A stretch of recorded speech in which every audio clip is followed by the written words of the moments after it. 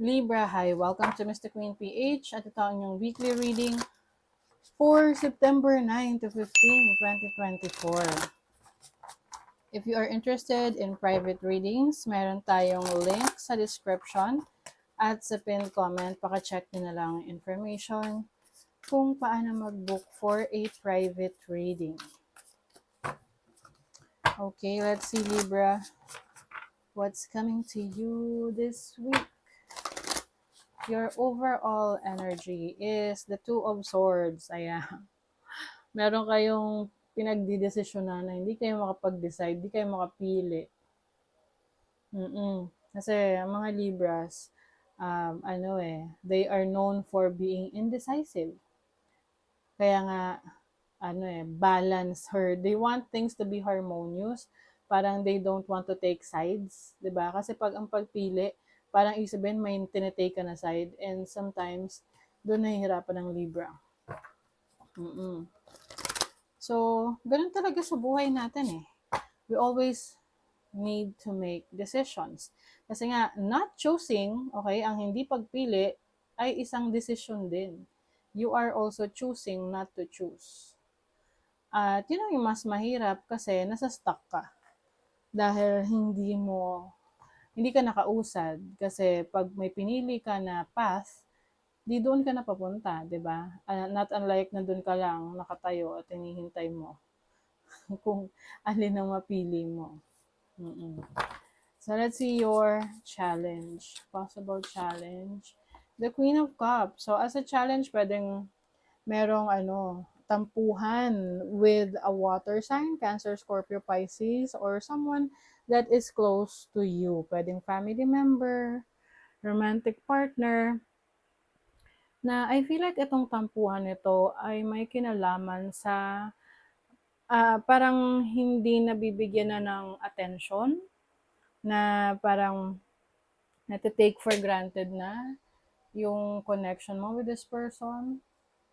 Oo, parang may nagtatampo sa'yo. Yung iba naman, pwedeng yung oras at panahon mo sa sarili mo, hindi mo na naibibigay.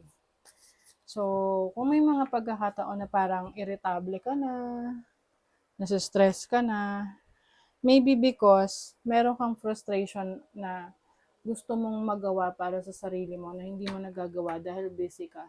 So, find time para ma-refresh ka ulit. So, what is your opportunity? The Eight of Pentacles. So, you have the opportunity na i-master ang isang craft, pagbutihin pa yung iyong trabaho, yung iyong effort na ibinibigay para sa mga pangarap mo.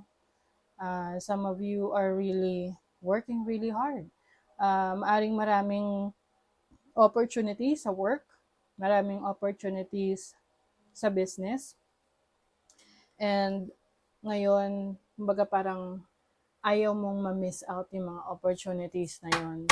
That's why you're keeping yourself busy para magawa mo lahat. Kaya nga siguro, may pagkakataon talaga na wala kang oras sa mahal mo sa buhay, or even ikaw mismo, wala ka ng oras sa sarili mo personally. So, your blessing is the King of Swords. Someone na maraming knowledge, maraming wisdom, no? So, yung blessing mo is yung iyong talino, yung iyong galing. So, you're going to use that para mas ma-improve mo ang kabuhayan mo. Mas ma-improve mo yung well-being mo. And also, as a blessing, whatever this is na gusto mong pagdesisyonan, na hindi ka makapili, hindi mo maisip kung anong dapat mong gawin, bago matapos yung linggo na to, ngayong September 9 to 15, mapagdidesisyonan mo, mapipili mo yung best possible decision for your situation.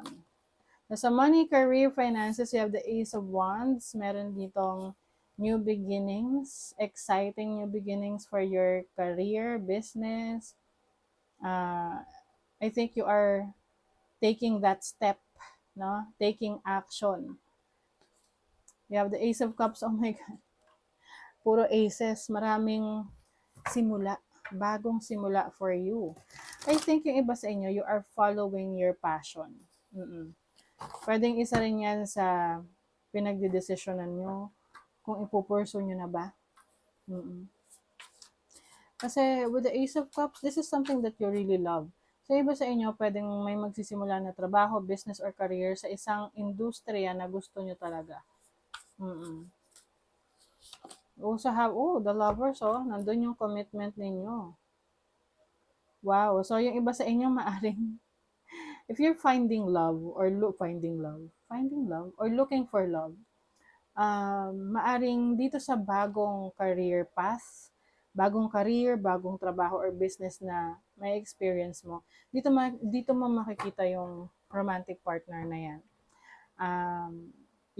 Yung iba naman, pwede ring merong offer, business partnership sa isang tao na may tiwala sa iyong kakayanan, naniniwala sa iyong abilidad, na who wants to work with you.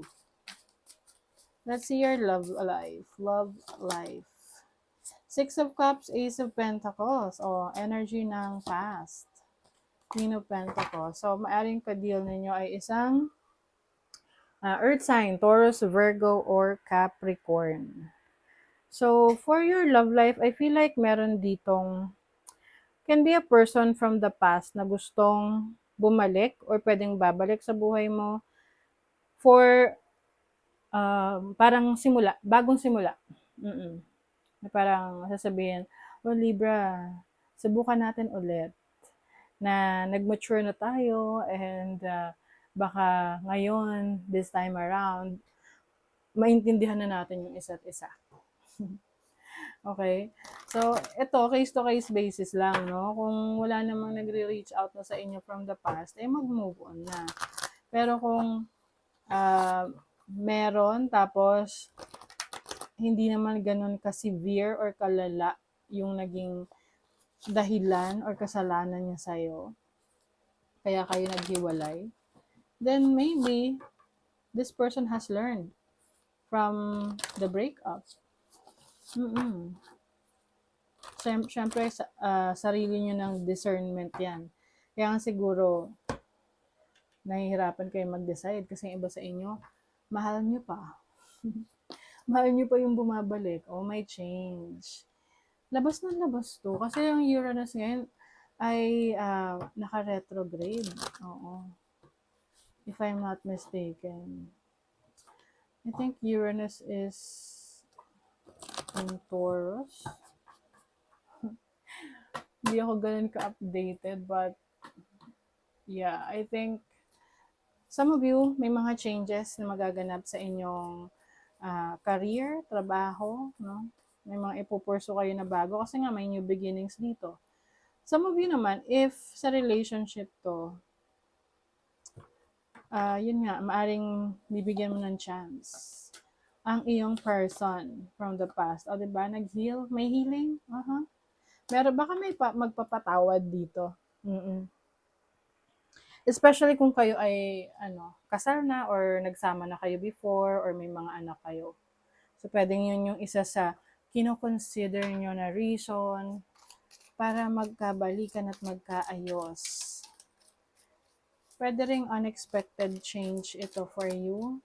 Yung iba, pwedeng sa family life or home life, merong magbabago ng nararamdaman niya sa isa niyang kapamilya. For example, nagkaroon kayo ng alitan sa family. So, some of you, pwedeng may mag-aayos, makikipag-ayos. Self-reliance, contracts, agreements, yung iba may kontrata na papasukin. Some of you abroad. Trabaho abroad, pipirma ka na. Very exciting ito sa'yo. Yung iba naman, this is freedom. Pwedeng yung iba, yung paraan nyo para makapagbakasyon ay pag-travel sa ibang lugar. And some of you are also reflecting on yourself, no? Kung paano nyo pa mas mapapabuti ang inyong situation ngayon. Diba? You are freeing yourself. Kalayaan na magawa ang iyong gusto. If beating yourself up worked, you'd be thin, rich, and happy. Try loving yourself instead. Yes. Love yourself first. Hindi yung parang kinukulong mo yung sarili mo sa limitations na meron ka namang control over it na lumaya, 'di ba? Kasi we always have a choice. Yung iba lang, ayaw lang talagang pumili. Okay. So that is your reading, Libra. Thank you so much. Bye.